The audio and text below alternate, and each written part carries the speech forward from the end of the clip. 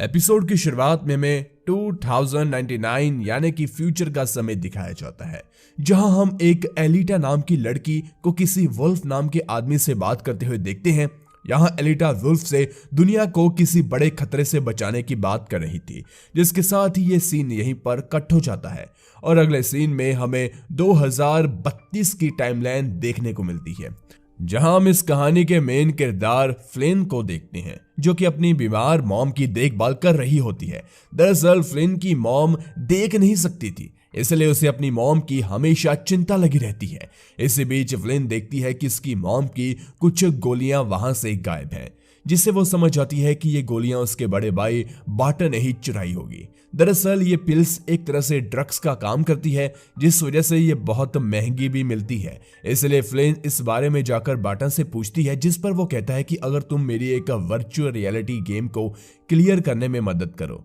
तो मैं मॉम की पिल्स का इंतजाम कर सकता हूँ।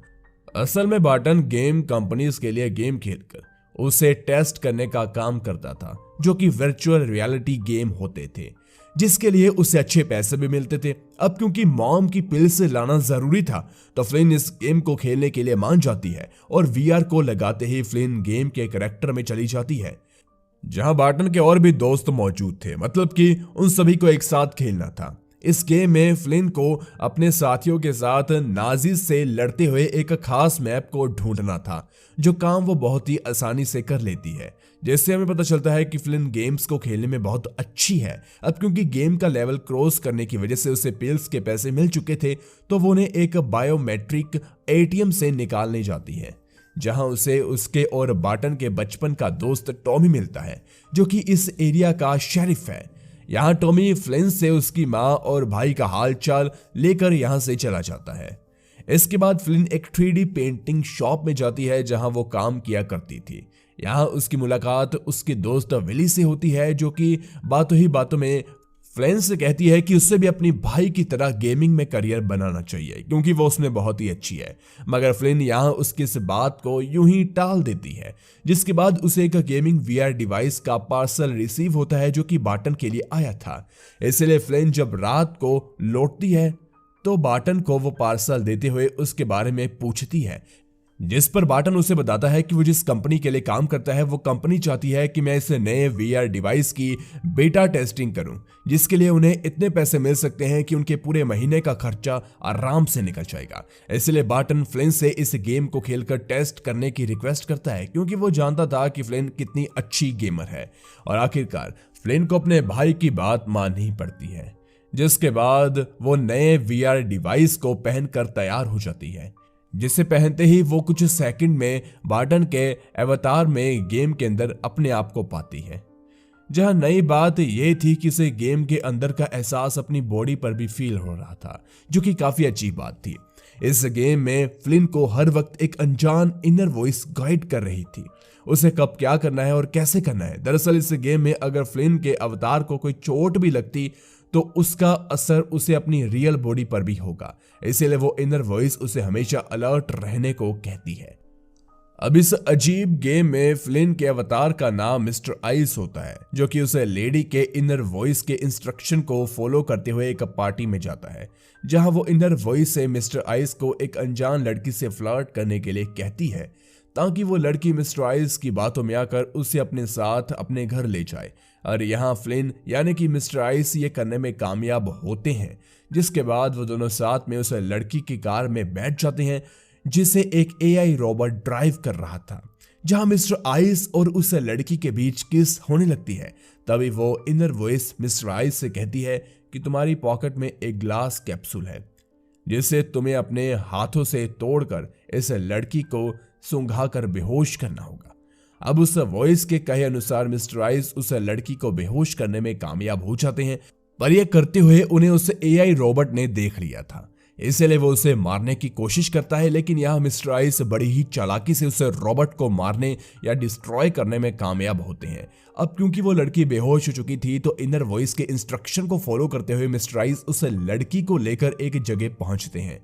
जहां उनकी मुलाकात एक दूसरी लेडी से होती है, जो कि अपना नाम एलिटा बताती है, जिसके एक दूसरे अवतार को हमने एपिसोड के स्टार्टिंग सीन में देखा था। साथ ही यही लेडी अभी तक मिस्टर आइस की इनर वॉइस बनकर उन्हें काबू कर रही थी। हालांकि ये एक किडनैपिंग का मिशन था जो कि पूरा हुआ, इसलिए फ्लिन गेम से बाहर आ जाती है, जो कि इस गेम के एक्सपीरियंस से काफी खुश थी क्योंकि इसमें सब कुछ असली जैसा था। हालांकि गेम से निकलने के बाद फ्लिन का सर थोड़ा सा घूम रहा था, पर वो इस बात को नजरअंदाज करके अपनी मॉम के लिए वो पिल्स लेने के लिए चली जाती है। फिर वो एक बार में पहुंचती है जहां वो एक कैश नाम के लड़के से एक पिल्स खरीदने की कोशिश करती है क्योंकि उसके पास पैसे कम थे, जिस वजह से वो लोग फ्लिन को पिल्स देने से मना कर देते हैं क्योंकि उनका कहना था कि अगर फ्लिन को पिल्स चाहिए तो वो ज्यादा क्वांटिटी में खरीदे। अब क्योंकि फ्लिन की मॉम के लिए ये पिल्स बहुत जरूरी थे, इसलिए वो उनसे रिक्वेस्ट करती है। तभी वहां बार्टन का एक हैंडीकैप दोस्त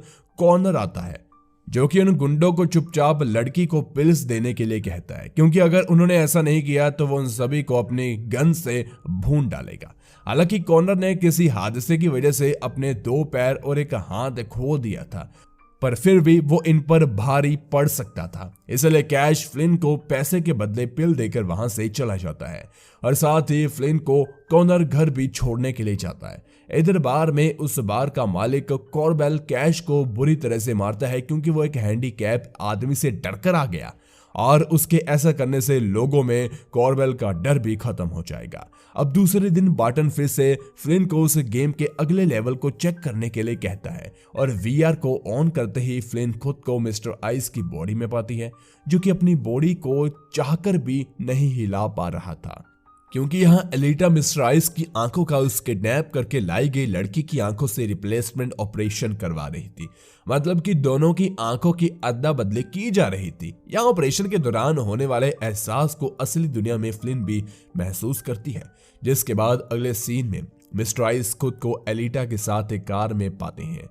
जो कि शायद उन्हें अगले मिशन के लिए लेकर जा रही थी। यहां हम साफ साफ देख पाते हैं कि मिस्टर आइस की आंखें बदल चुकी थी। अब इसके बाद ये लोग एक अनजान जगह पहुंचते हैं जहां घुसने के लिए एलिटा को उस जगह के दरवाजे को मिस्टर आइस की आंखों की मदद से अनलॉक करना पड़ता है, जिससे हम समझ पाते हैं कि एलिटा ने मिस्टर आइस का वो ऑपरेशन क्यों करवाया था। अब काफी अंदर जाने पर उन्हें अपने सामने एक पिरामिड जैसा स्ट्रक्चर दिखता है जिसे एलिटा मिस्टर आइस की आंखों से स्कैन करने की कोशिश करती है। तभी वहां एक गार्ड उस जगह आ जाता है जिसे मारने के लिए एलिटा मिस्टर आइस को ऑर्डर देती है और मिस्टर आइस उस गार्ड से भिड़ जाते हैं। इस लड़ाई में गार्ड मिस्टर आइस के हाथों को एक डिवाइस की मदद से बांध देता है और फिर एलिटा पर अपनी सोनिक वेव गन से शूट करता है, जिससे एलिटा की हालत काफी ज्यादा खराब हो जाती है।